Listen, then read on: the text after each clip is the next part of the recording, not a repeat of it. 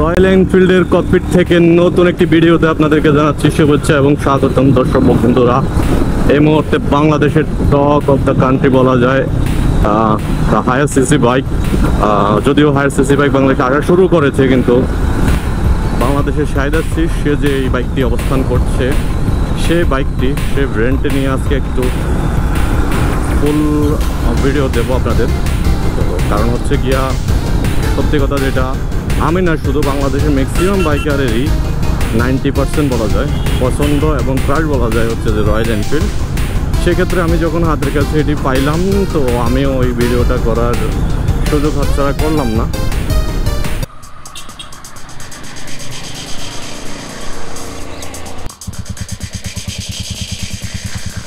তাহলে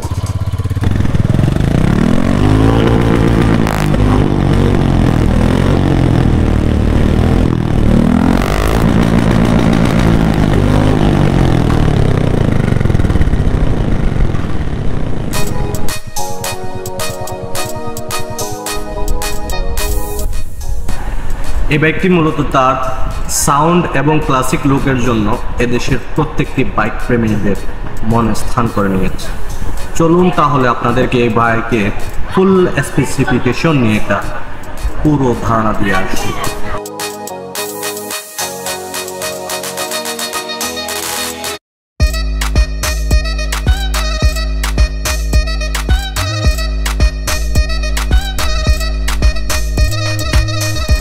আপনি যদি আমাকে এই বাইকটির সবচেয়ে বড় দিক বলতে বলেন, আমি তাহলে সর্বপ্রথম আপনাকে বলবো এর মাস্কুলার টাইপের লুক জাস্ট আমাকে বিমোহিত করে সত্যি সত্যি। এরপরে যদি বলতে হয় এর সাউন্ড কোয়ালিটি, এক কথায় অসাধারণ অসাধারণ।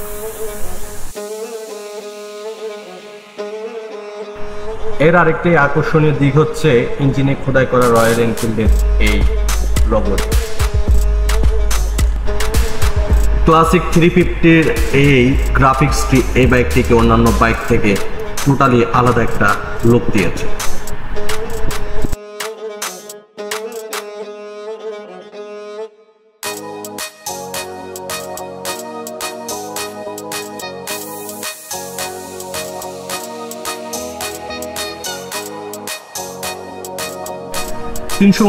সিসির এই বাইকটিতে একটি 4 স্ট্রোক সিঙ্গেল সিলিন্ডারের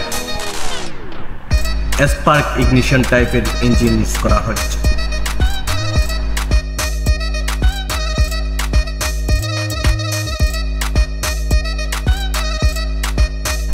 6100 RPM এ 20.21 PS ম্যাক্সিমাম পাওয়ারের সাথে 4000 RPM এ 27 নিউটন মিটার টর্ক উৎপন্ন করতে সক্ষম এই বাইকটি। এই বাইকটির মিটার টোটালি অ্যানালগ টাইপের, কিন্তু অডোমিটারটি ফুল ডিজিটাল। এছাড়াও টাঙ্কির ডিভাইডারে রেড কালারের গ্রাফিক্স এবং দুপাশে রয়্যাল এনফিল্ডের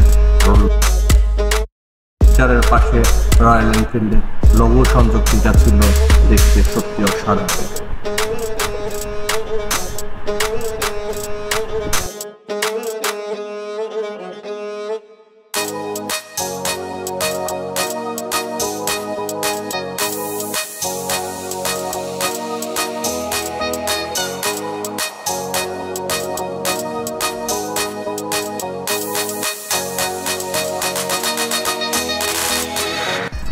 এই বাইকটি ব্যবহার করে আমরা মাইলেজ পেয়েছিলাম 28 km/h, কিন্তু কোম্পানি ক্লেম করছে 41 km/h মাইলেজ পাওয়া যাবে এই বাইকটিতে।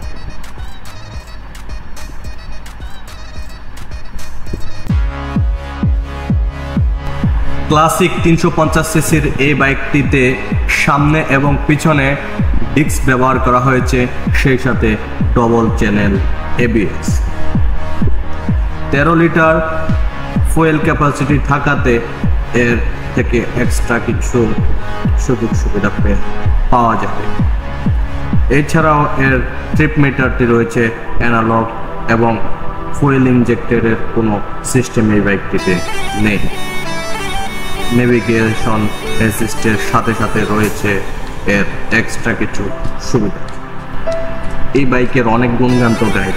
চলুন এই বাইকের সবচেয়ে আকর্ষণীয় যে দিকটি সেটি তাহলে একবার শুনে আর সেটি হচ্ছে এই বাইকের অ্যাগ্রেসিভ সাউন্ড।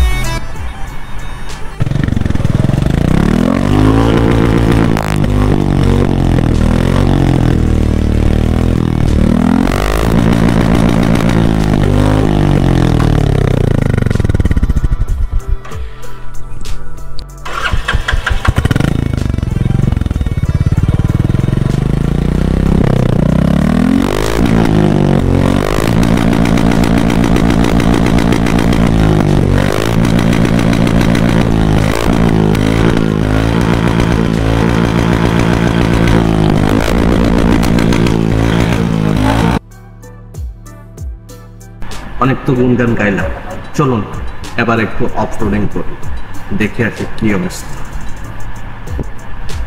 অফরোডিং করে আমরা এই বাইকটিতে বেশ ভালো রেজাল্ট পেয়েছি।